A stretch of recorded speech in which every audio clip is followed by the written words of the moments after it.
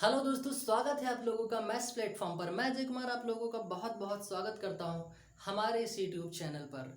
तो दोस्तों, कल हम लोगों ने पढ़ा था नंबर सिस्टम का पार्ट 6 और आज हम लोग पढ़ने वाले हैं नंबर सिस्टम का पार्ट 7। उम्मीद करता हूं कि कल का वीडियो आप लोगों को पसंद आया होगा।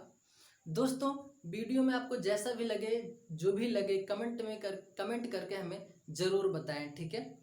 और लाइक करना ना भूलें, शेयर करना ना भूलें। और जो साथी हमारे इस चैनल को पहली बार इस वीडियो को देख रहे हैं वो साथी सब्सक्राइब कर लें और बेल आइकन जरूर प्रेस कर लें ताकि हमारे लेटेस्ट वीडियो नोटिफिकेशन के रूप में आप तक पहुंच सके। तो इसी के साथ चलते हैं दोस्तों, आज का वीडियो स्टार्ट करते हैं, ठीक है। तो आज हम लोग पढ़ने वाले हैं संख्याओं पर आधारित प्रश्न। तो यहाँ पे हम पहले कुछ बेसिक चीज सीखेंगे, उसके बाद हम क्वेश्चन करेंगे, ठीक है। तो सबसे पहले हम यहाँ पे सीखेंगे जैसे n प्राकृत संख्याओं का योग। तो दोस्तों, n प्राकृत संख्याओं का योग होता है n+1/2, ठीक है। ये होता है n प्राकृत संख्याओं का योग। जैसे क्वेश्चन पूछ ले कि प्रथम 120 प्राकृत संख्याओं का योग क्या होगा, तो दोस्तों यहाँ से हम फाइंड आउट कर सकते हैं, ठीक है। अगला क्या है, n सम संख्याओं का योग, n सम संख्याओं का योग। तो दोस्तों यहाँ से 2 हटा दो, वो क्या बन जाएगा दोस्तों, सम का फॉर्मूला बनेगा, ठीक है। यहाँ से 2 हटा दो, बाकी वो सम का फॉर्मूला वहां पे अप्लाई हो जाएगा। उसके बाद n विषम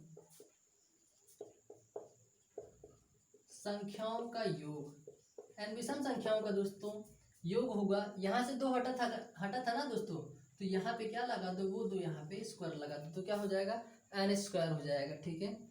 उसके बाद n तक के n संख्याओं के वर्गों का योग, n तक के संख्याओं के वर्गों का योग, n तक के संख्याओं के वर्गों का योग जो होगा दोस्तों, वर्गों का योग होगा यहाँ पे n+1 2n+1/6। ये क्या होगा दोस्तों, ये होता है n तक के संख्याओं के वर्गों का योग होता है, ठीक है। उसके बाद हम लोग यहाँ पे सीखेंगे n तक के संख्याओं के घनों का योग। क्या दोस्तों, घनों का योग। तो घनों का योग निकालने के लिए दोस्तों n का स्क्वायर n+1 का स्क्वायर अपॉन 4। तो ये होता है दोस्तों n तक के संख्याओं के घनों का योग निकालने के लिए। तो ये चीज़ आप लोग बिल्कुल नोट कर लीजिए, क्योंकि बहुत इंपॉर्टेंट है ये चीज़, और इसी पे हम लोग क्वेश्चन करने वाले हैं आगे। तो चलते हैं हम लोग एक एक क्वेश्चन यहाँ पे देखते हैं ताकि बात बिल्कुल क्लियर हो जाए, ठीक है। तो यहाँ पे हम लोग सीखेंगे, सबसे पहले क्वेश्चन हमारा ये है दोस्तों, क्वेश्चन यहाँ पे हम लोग देखेंगे। जिससे क्वेश्चन पूछ ले दोस्तों, प्रथम 120 प्राकृत संख्याओं का योग होगा। प्रथम 120 प्राकृत संख्याओं का योग होगा।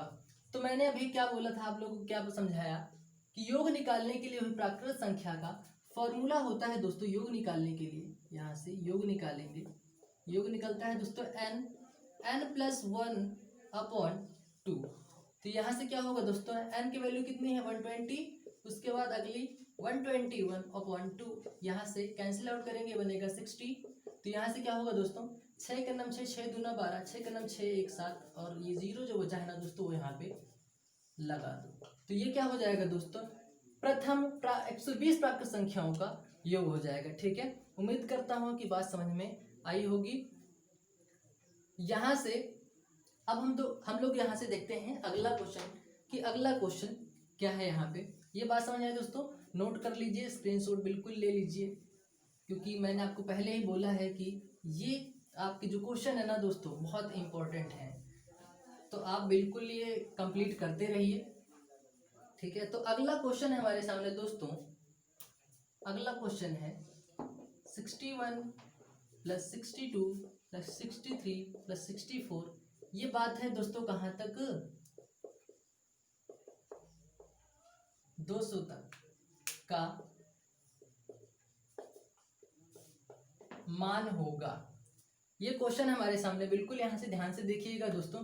पूछ रहा है 61 से लेके 200 तक का मान होगा, तो इसको हम फाइंड आउट कैसे करेंगे वो यहाँ पे हम समझते हैं। तो बात कहाँ तक हो रही है दोस्तों? टोटल 200 तक हो रही है। तो एक काम करते हैं, यहाँ से हम लोग पहले 1 से लेकर 200 तक का हम योग निकाल लेते हैं। तो पहले क्या करेंगे, यहाँ से 1 से 200 तक का क्या निकालेंगे दोस्तों? योग निकालेंगे। और योग निकालने के लिए मैंने क्या बोला है? n plus 1/2। यहां से जब कैंसिल आउट करेंगे तो ये बनेगा दोस्तों, ये बनेगा यहां से एक करना में एक, यहां से 0, ये कितना बनेगा?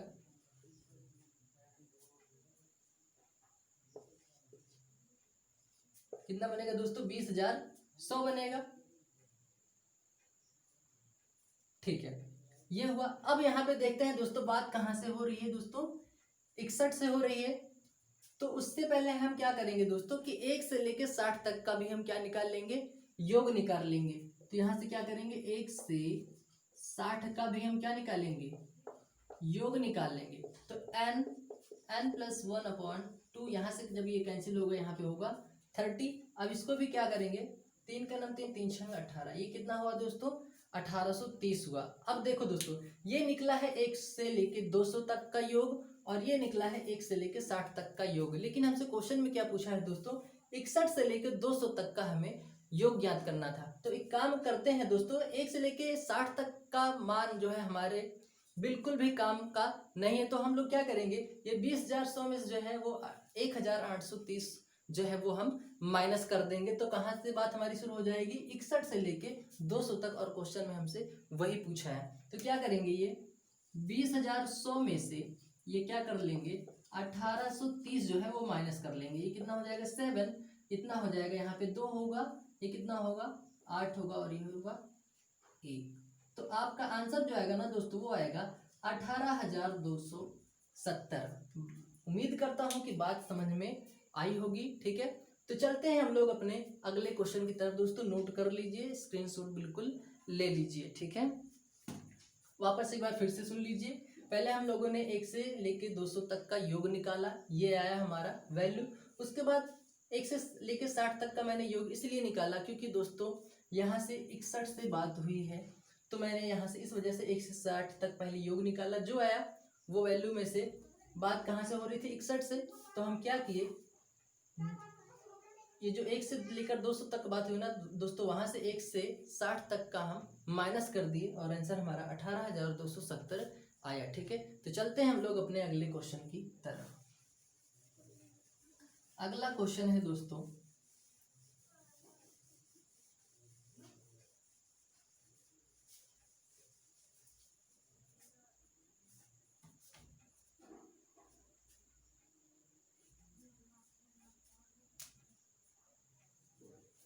अगला क्वेश्चन है हमारे सामने 1 + 2 + 3 + 4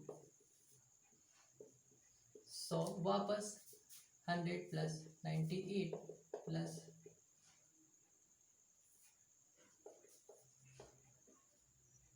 का मान होगा, का मान होगा। ये क्वेश्चन है हमारे सामने दोस्तों। अब इस क्वेश्चन को ध्यान से देखो दोस्तों, ये यहाँ से 1 से लेके यहाँ से ये कितना हो रहा है दोस्तों? ये 100 हो रहा है, और वापस यहाँ से 1 से लेके बात कहाँ तक हो रही है दोस्तों? वापस 1 तक हो रही है। तो एक बात बताओ दोस्तों, ये 100 कितनी बार आया? ये 100 आया दोस्तों 2 बार। ठीक है, ये 100 कितनी बार आया दोस्तों?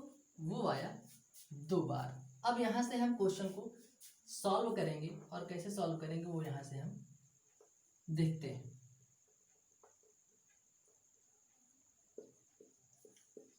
ठीक है, अब देखो इस क्वेश्चन में सबसे पहले हम लोग क्या करेंगे? इसका योग निकाल लेंगे। और योग निकलेगा कैसे? योग निकालने के लिए मैंने क्या बताया है? n into n plus 1/2। ठीक है, ये हुआ। लेकिन एक बात बताओ दोस्तों, ये 100 कितनी बार है, कितनी बार जोड़ने में कितनी बार में आ रहा है, 2 बार। एक यहाँ से जोड़ने पे आ रहा है और वापस एक यहाँ पे, तो कितनी बार जुड़ रहा है दोस्तों, 2 बार जुड़ रहा है, वही 100। ठीक है, तो यहाँ से मैं एक काम कर दूं दोस्तों, 2 से मल्टीप्लाई दे दूं, कोई दिक्कत है क्या? मेरे ख्याल से कोई दिक्कत नहीं होनी चाहिए। तो काम करते हैं, 2 से 2 ये कैंसिल कर देते हैं। उसके बाद n का मान कितना है दोस्तों, 100 है। ठीक है, उसके बाद अगली संख्या है n प्लस 1 हुई। अब इसको क्या करेंगे, इसको हम मल्टीप्लाई देंगे, तो ये कितना होगा, 101 और ये 00, तो कितना हुआ दोस्तों, 10,000। ये हुआ 100 हुआ। अब एक बात और यहाँ पे ध्यान देना है आप लोगों को दोस्तों, और वो बात क्या है, बात यहाँ पे देखो कि 100 जो है आना तो 2 बार चाहिए था, लेकिन आया कितनी बार है दोस्तों, सिर्फ एक ही बार आया है। तो हम लोग क्या करेंगे दोस्तों, उस 100 को यहाँ से क्या कर देंगे, माइनस कर देंगे। तो फाइनल हमारा आंसर होगा दोस्तों 10,000। ठीक है, उम्मीद करता हूँ बात समझ में आई होगी। वापस एक बार फिर से समझ लीजिए, यहाँ से इसको कैलकुलेट किए तो यहाँ से सीरीज कितनी बार बनी दोस्तों, एक बार तो यहाँ से बनी, वापस यही 100 जो है 100, 99, 98 से लेके कहाँ तक बात हुई दोस्तों, 1 तक। तो ये 100 जो है दोस्तों 2 बार आया। तो यहाँ से योग निकाला कैसे आता है, n प्लस 1/2। ये 100 2 बार आया था, इसलिए मैंने यहाँ से 2 से मल्टीप्लाई किया, 2 से 2 को कैंसिल किया, उसके बाद n का मान रखने के बाद हम लोग का आंसर आया 10,100। लेकिन ये जो 100 है ना दोस्तों, वो सिर्फ जोड़ने में जोड़ा कितनी बार जा रहा है, एक बार। तो एक काम करते हैं दोस्तों, इस 100 को यहाँ से सब्ट्रैक्ट कर लेंगे, माइनस कर लेंगे, तो फाइनल आंसर हमारा आएगा दोस्तों 10,000। ठीक है, अब उम्मीद करता हूँ कि बात आप लोगों को समझ में आ गई होगी। ठीक है, तो चलते हैं हम लोग अपने अगले क्वेश्चन की तरफ, और अगला क्वेश्चन हमारा क्या है वो हम यहाँ पे देखेंगे। अगला क्वेश्चन है हमारा, यहाँ से दोस्तों देखते हैं, ये सारे के सारे क्वेश्चन दोस्तों मोस्ट इंपॉर्टेंट क्वेश्चन है। अगला क्वेश्चन है, प्रथम 60 सम संख्याओं का योग होगा। प्रथम 60 सम संख्याओं का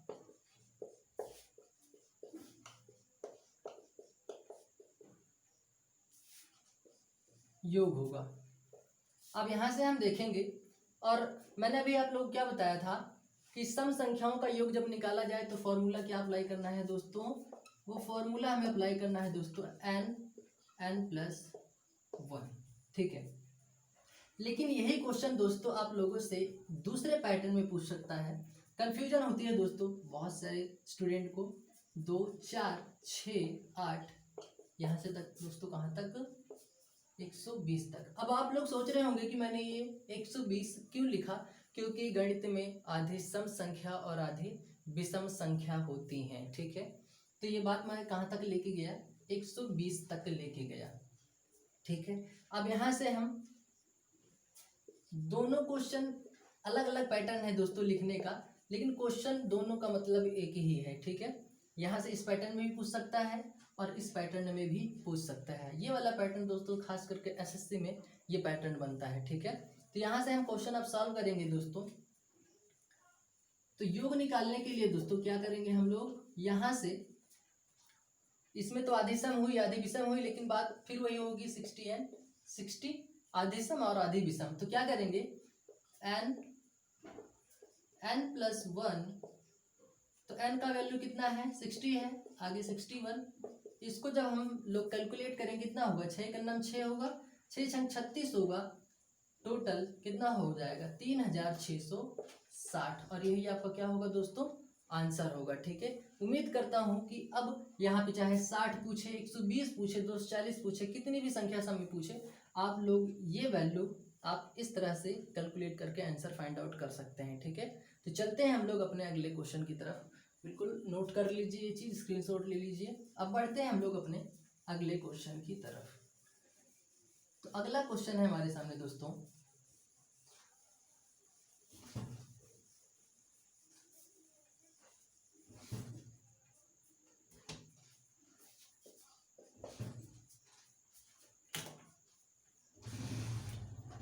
अगला क्वेश्चन है प्रथम 125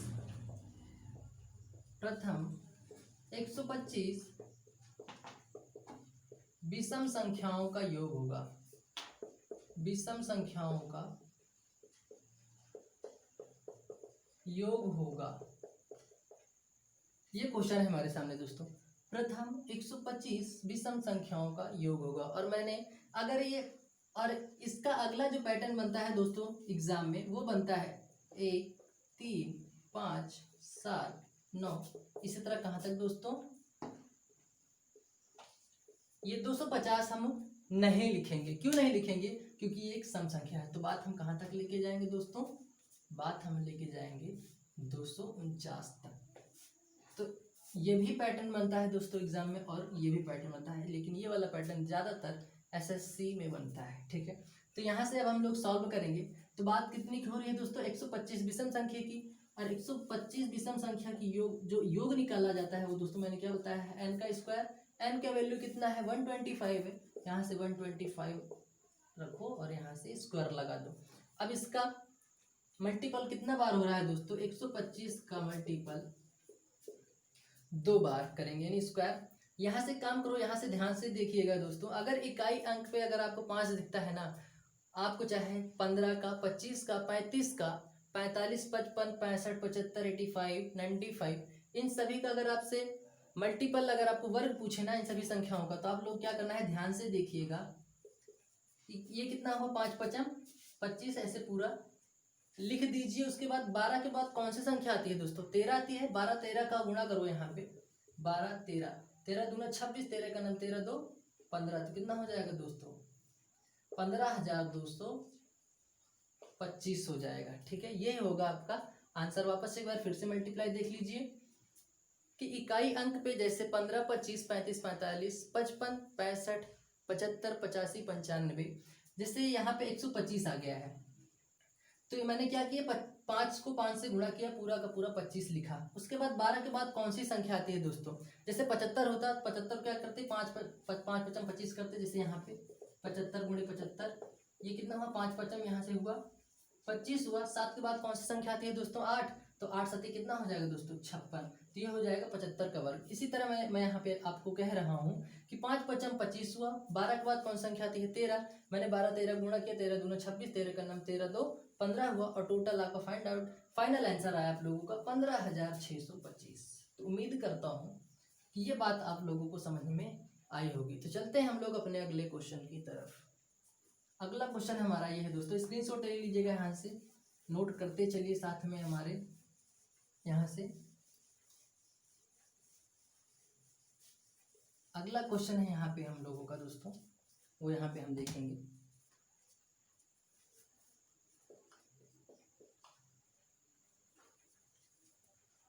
यहाँ से देखेंगे दशमलव पर आधारित प्रश्न।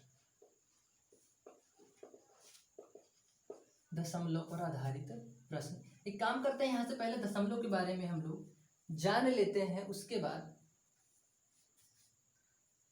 तो सबसे पहले दोस्तों दशमलव 2 प्रकार का होता है। एक तो होता है दोस्तों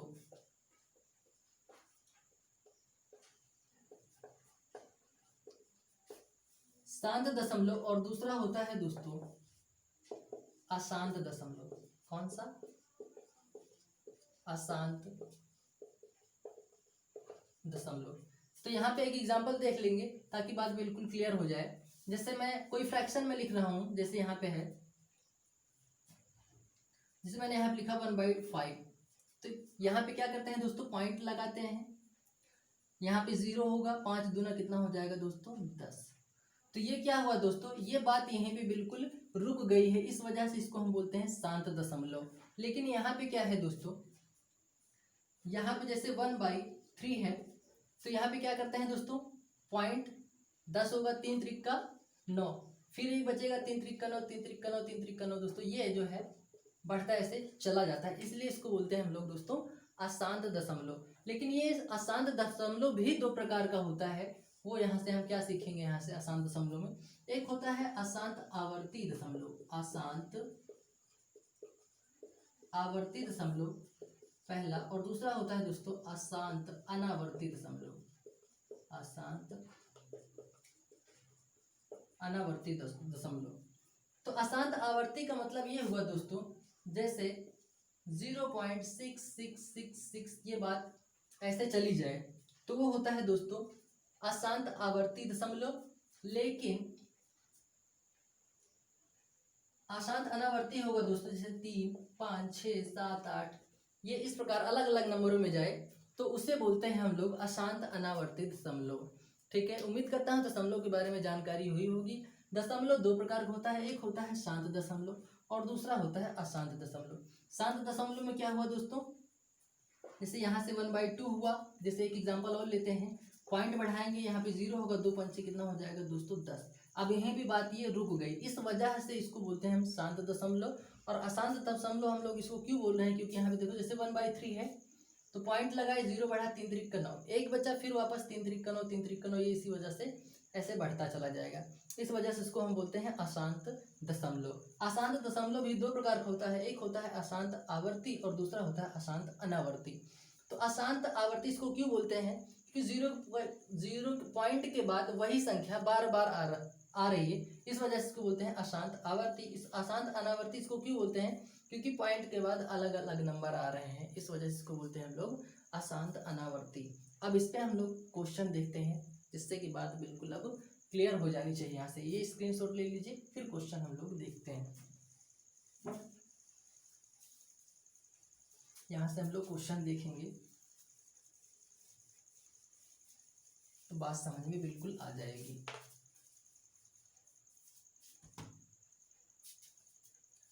क्वेश्चन है दोस्तों, पहला क्वेश्चन है,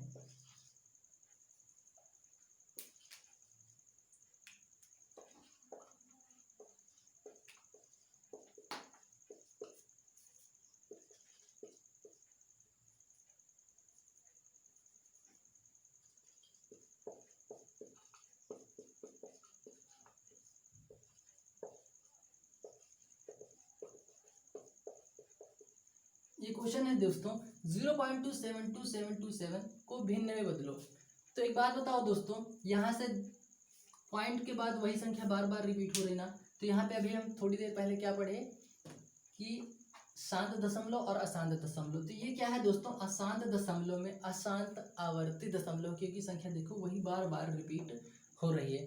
तो इस संख्या को रोकने के लिए दोस्तों हम लोग क्या करते हैं, इस पे क्या लगाते हैं दोस्तों, बार। ये बार हम लोग दोस्तों इसीलिए लगाते ही हैं कि ये संख्या, जैसे मान लो कि यहाँ पे 0.8 लिखा हुआ है, इसका मतलब ये है दोस्तों कि 0.8888 ये इस वजह से ऐसे, मतलब ऐसे लिखा हुआ होता है, तो यहाँ पे इस वजह से ये बार लगाते हैं। और बार का मतलब होता है कि जितने अंक पे बार लगा होना दोस्तों, वो संख्या बार बार लिखी जा रही है, इस वजह से उसके ऊपर वो बार लगता है। जैसे यहाँ पे देखो 27 है, इसके ऊपर हम क्या लगा दिए, बार लगा दिए। बार क्यों लगाए, बात बिल्कुल आपको समझ में आ गई होगी कि यहाँ पे हम बार क्यों लगाए। अब बात यहाँ से एक और समझते हैं, अब इसके आगे इसको सॉल्व कैसे करेंगे।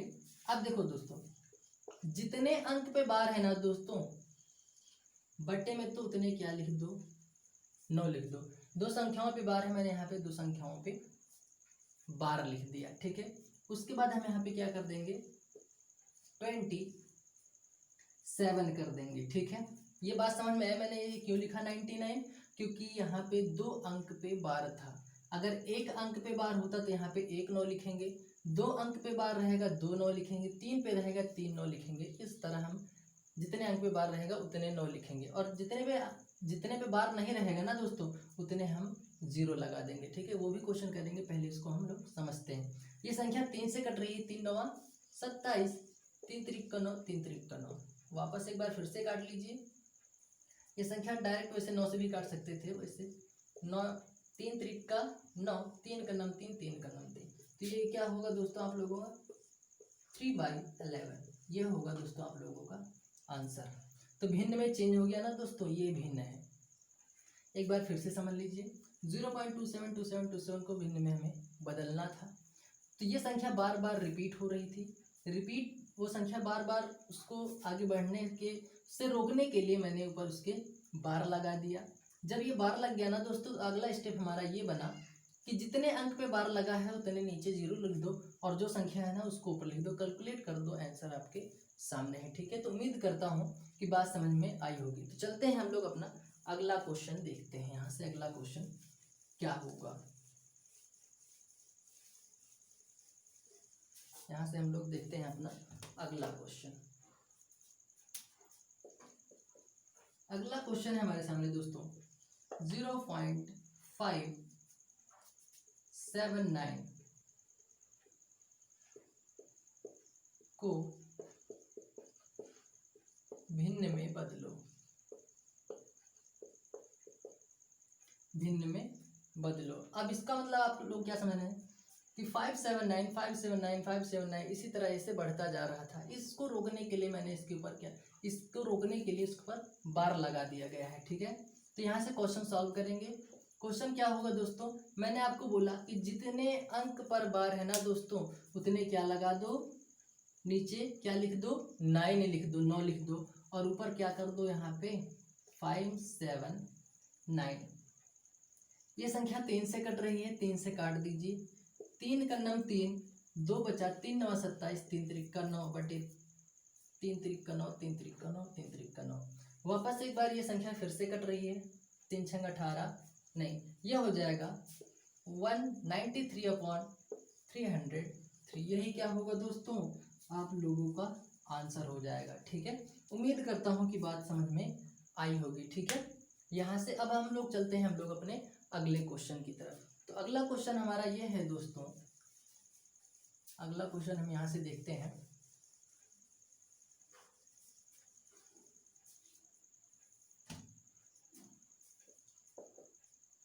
अगला क्वेश्चन हमारे सामने 0.354 को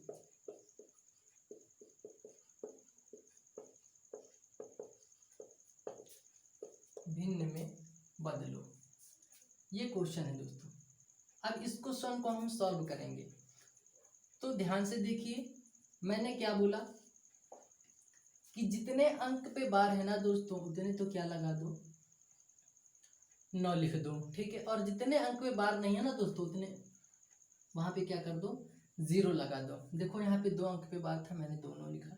एक अंक पे बार नहीं है उसकी जगह पे मैंने क्या लगा दिया, यहाँ पे लिख दिया 0 लिख दिया। ठीक है, और फिर यहाँ से क्या कर देंगे, पूरा 354 हो जाएगा ये। ठीक है, ये बात समझ में आई। अब यहाँ से हम इसको कैंसिल करने की कोशिश करते हैं। 3 का नम 3, 3 का नम 3, ये 3 से कैंसिल हो रहा है दोस्तों, 3 का नम 3 हो जाएगा यहाँ से, 3 का नम 3, 3 8 24, ये होगा 3 त्रिक 9, 3 त्रिक 9 0। ये होगा दोस्तों आप लोगों का, ये होगा आप लोगों का दोस्तों आंसर हो जाएगा। ठीक है, वापस एक मिनट दोस्तों, यहाँ पे एक मिस्टेक है, एक स्टेप यहाँ पे करना हम भूल गए। यहाँ पे हमको एक काम और करना था, जितने अंक पे बार है उतने 9 लिखो, जितने पे नहीं है उतने यहाँ क्या लगा दो, 0। जैसे एक अंक पे नहीं था बार, मैंने यहाँ पे 1 0 लिखा। और दूसरी बात ये करना है कि पूरी संख्या में से जितने पे बार है वो, जितने पे बार है नहीं है उस संख्या को पूरी लिखो। तो दूसरा स्टेप आप लोगों को ये याद रखना है कि कितने अंक पे बार नहीं है, जितने अंक पे बार नहीं है, जैसे एक अंक पे बार नहीं है ना दोस्तों, तो वो संख्या क्या कर लो, यहाँ से माइनस कर लो। और जब आप 354 में 3 माइनस करेंगे तो यहाँ होगा 351/, ये हो जाएगा आप लोगों का आंसर। ठीक है, तो ये होगा हमारा रियल आंसर। ठीक है, तो उम्मीद करता हूँ बात समझ में आई होगी। वापस एक बार फिर से समझ लीजिए कि जितने अंक पे बार लगा हो उतने 9 लिखो, जितने अंक पे बार नहीं लगा है यहाँ पे 0 लगाओ, पूरी संख्या लिखो, और जितने पे बार नहीं लगा है ना, जितने अंक पे दोस्तों उसको क्या कर दो, माइनस कर दो। उसके बाद कैलकुलेट करने के बाद आप लोगों का आंसर बिल्कुल आ जाएगा। ठीक है, तो चलते हैं हम लोग अपने अगले क्वेश्चन की तरफ। यहाँ से हम लोग अपना अगला क्वेश्चन देखेंगे। अगला क्वेश्चन क्या है, एक क्वेश्चन और है दोस्तों यहाँ पे 1.345 को भिन्न में बदलना है, को भिन्न में बदलो। तो ये क्वेश्चन है अब हमारे सामने। तो मैंने अभी क्या बोला कि जितने अंक पे बार है उतने तो क्या लगा दो, यहाँ पे क्या लिख दो,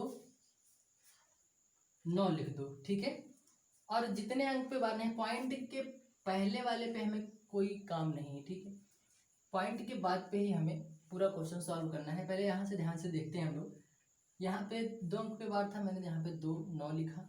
उसके बाद 1 अंक पे यहाँ पे बार नहीं है तो हम यहाँ पे क्या लगा देंगे, 0 लगा देंगे, 0 लिख देंगे। उसके बाद पूरी संख्या में से जितने पे बार लगा है ना दोस्तों, उसको छोड़ के जितने पे बार नहीं लगा है माइनस कर दो। जैसे 4 5 पे लगा है, इन दोनों संख्या पे लगा है, लेकिन इन दोनों पे नहीं लगा है, तो इन दोनों को क्या कर लेंगे दोस्तों, माइनस कर लेंगे, ठीक है। तो यहाँ से बचेगा क्या दोस्तों, 5 में से 3 जाएगा, बचेगा 2 बचेगा यहाँ पे। उसके बाद 4 में से 1 जाएगा, 3 बचेगा, यहाँ से 3 1, और यहाँ से कितना होगा, ये आप लोगों का क्या होगा, आंसर होगा, ठीक है। यहाँ से इसको और कैलकुलेट कर लेना, क्वेश्चन आप लोगों का ये सॉल्व हो गया, ठीक है। तो उम्मीद करता हूँ कि बात समझ में आई होगी, ठीक है। तो दोस्तों आज का वीडियो यहीं तक। तो जैसा कि आप लोग देख ही रहे हैं कि ये हालत हो गई है, तो अब आप उम्मीद लगा सकते हैं कि दोस्तों एक वीडियो बनाने के लिए हम लोग कितना मेहनत करते हैं आप लोगों के लिए। तो आप लोगों का भी फर्ज बनता है दोस्तों कि लाइक और शेयर करें, कमेंट में हमें बताएं, जो कमी दिख रही हो उसको बिल्कुल यहाँ पे सुधारने की कोशिश की जाएगी। सपोर्ट बना के रखिए और कंटिन्यूटी, दोस्तों मैंने आप लोग बताया था ना, कंटिन्यूटी आप लोग बिल्कुल कंटिन्यूटी से पढ़ाई कीजिए, एक्साइटमेंट ला के तैयारी कीजिए, पढ़ाई कीजिए, वहीं से कुछ होने वाला है दोस्तों, ठीक है। और वापस एक बार फिर से बोलूँगा कि जो साथी इस वीडियो को पहली बार देख रहे हैं इस चैनल पे आके ना दोस्तों, वो साथी इस चैनल को सब्सक्राइब करें और बेल आइकन प्रेस कर दें, ताकि उनको लेटेस्ट वीडियो, हमारी लेटेस्ट नोटिफिकेशन के रूप में उनको एक वीडियो, वैसे मैं एक वीडियो यहाँ पे रोज़ अपलोड करता हूँ। इसके पहले मैंने टोटल दोस्तों 4 पार्ट, क्या दोस्तों इसके पहले मैंने 6 पार्ट अपलोड कर दिया है। तो वो दोस्तों आप लोग 6 के 6 पार्ट आप लोग देखिए,